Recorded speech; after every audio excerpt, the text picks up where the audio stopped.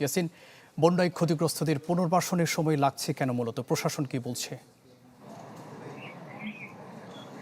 হ্যাঁ, জোবাইর আসলে বন্যার পানি নেমেছে প্রায় ১ সপ্তাহেরও বেশি সময় হয়েছে। এই সময়টা কিন্তু মানুষের ক্ষতচিহ্নগুলো যেমন দৃশ্যমান হচ্ছে, আমরা দেখেছি আশ্রয়হীন হয়ে পড়ে আছে অনেক পরিবার। আমরা বান্দরবানের কোহালন থেকে শুরু করে বরাখালী সহ বিভিন্ন এলাকাগুলোতে আমরা ঘুরে দেখেছি। মানুষ এখনো তাদের যে মাথা গোঁজার দায় সেটি এখনো পর্যন্ত প্রস্তুত করতে পারেনি। অনেকে দেখছি এখনো পর্যন্ত কাদামাটি সরাচ্ছে।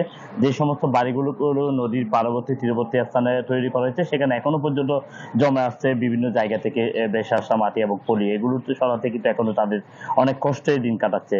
যেহেতু এই সমস্ত মানুষ আসলে নির্মায়ের হওয়ার কারণে তারা নিজেদের যে পারিশ্রমিক সেটি দিয়ে আসলে কোনোভাবে সেই ঘরটিকে তৈরি করা বা পূর্ণ অবস্থায় ফিরিয়ে আনার কাজ তারা করতে পারছেন না। তারা যেটি বলছে সরকারি ভাবে বিভিন্নভাবে তালিকা করা হয়েছে, প্রস্তুত করা হয়েছে, পুনর্বাসনের বিভিন্নভাবে আশ্বস্ত করা হয়েছে।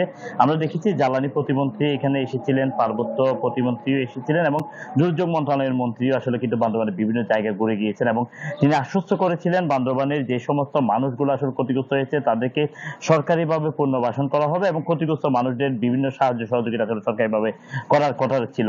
তবে সেটি আশ্বাসে রয়ে গেছে। এখনো পর্যন্ত ১ সপ্তাহ পেরিয়ে গেল। জেলা প্রশাসক বলছে এখনো পর্যন্ত জেলা প্রশাসনের পক্ষ থেকে কোনো ধরনের পুনর্বাসনের পদক্ষেপ নেই। সংশ্লিষ্ট যে সড়ক বিভাগ উন্নয়ন বোর্ড এলজিডির পক্ষ থেকে যে সড়কগুলো নষ্ট হয়েছে সেগুলো তারা মেরামতের কাজ করছে।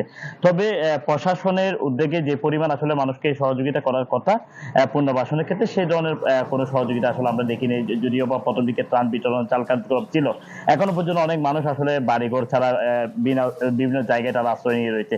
তারা যেটি বলছে সরকারি উদ্যোগে যদি সহযোগিতায় তাদের পাশে না দাঁড়ায় তারা কোনোভাবে তারা মাথা গোঁজার যে চায় সেটি আসলে কোনোভাবে তারা পুনর্নির্মাণ করতে পারবে না বলে জানিয়েছে জোবাইর। ইয়াসিন, ধন্যবাদ আপনাকে। দর্শক, বন্যা পরবর্তী সার্বিক পরিস্থিতি নিয়ে জানাতে বান্দরবান থেকে যুক্ত হয়েছিলেন সহকর্মী ইয়াসিনুল হাকিম।